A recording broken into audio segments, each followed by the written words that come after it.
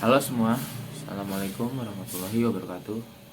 Perkenalkan, nama saya Muhammad Akbar Agi Fahri, kelas 1A, Prodi Game Teknologi semester 1.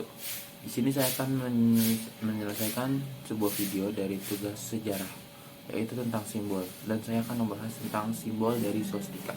Apa arti dari simbol tersebut, dan mengapa simbol tersebut digunakan oleh tentara Nazi sebagai simbol kebesarannya. Nah, akan kita bahas dalam sebuah video berikut ini. Mari kita simak.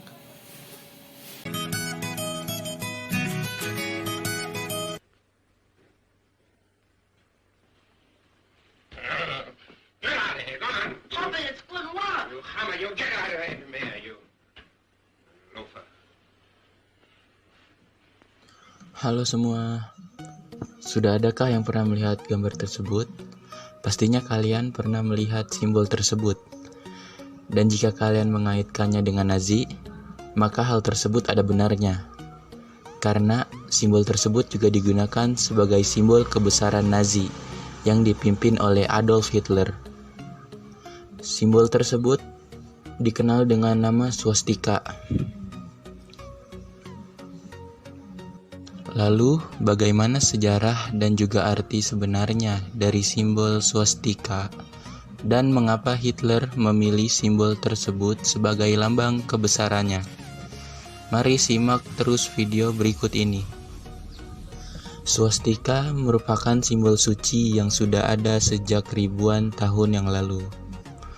Jauh sebelum digunakan oleh Jerman pada masa kepemimpinan Adolf Hitler. Berdasarkan temuan paling tua, swastika diperkirakan telah ada sejak 4000 tahun yang lalu.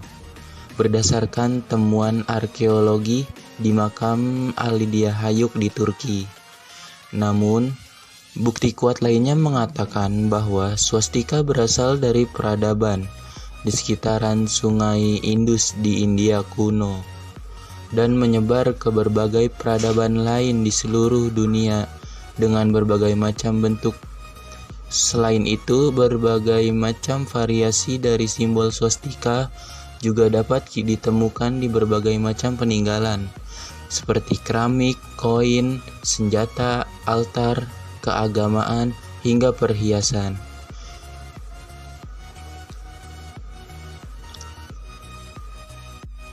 Kata swastika sendiri berasal dari bahasa Sanskerta, yaitu svastika, su yang berarti kebaikan atau kesejahteraan, sedangkan asti yang berarti menjadi, dengan memberikan akhiran ka. Jadi, swastika dapat didefinisikan sebagai suatu harapan menuju kebaikan. Bangsa-bangsa kuno yang dipercaya menggunakan swastika pada zaman dahulu yaitu bangsa Yunani, Persia, Mesir, Babylon, Tibet, India, Cina, Jepang, dan berbagai peradaban kuno lainnya. Namun arti swastika yang semula dikenal sebagai simbol yang suci dan mengandung unsur kebaikan, kemudian berubah ketika digunakan oleh Hitler sejak 1920-an dan menimbulkan kesan yang mengerikan bagi bangsa Eropa saat itu. Dalam bahasa Jerman, swastika dikenal juga dengan nama Hakenkreuz atau salib berkait. Simbol swastika ini pada awalnya diusulkan oleh seorang penyair dan juga ideologi nasionalistik dari Jerman, yaitu Guido von List, sebagai simbol yang anti terhadap Yahudi di Jerman.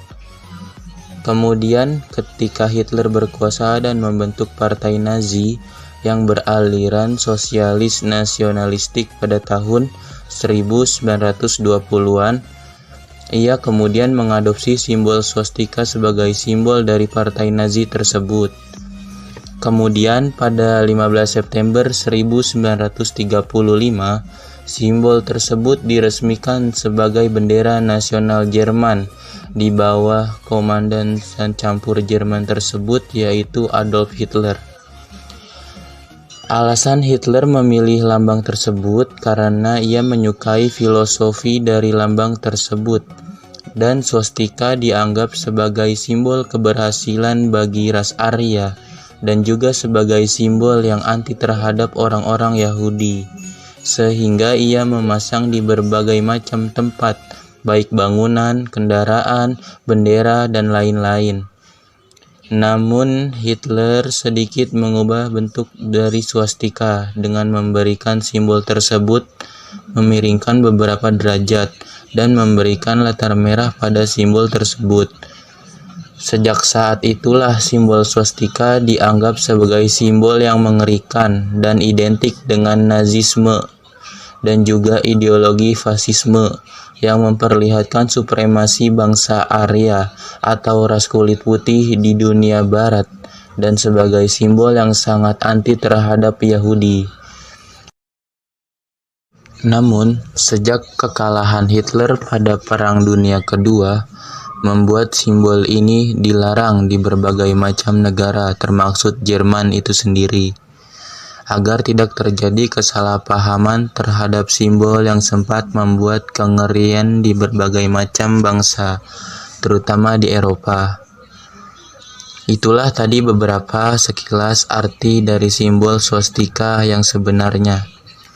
Semoga pemaparan yang saya sampaikan ini dapat bermanfaat. Kurang lebihnya mohon maaf. Wassalamualaikum warahmatullahi wabarakatuh.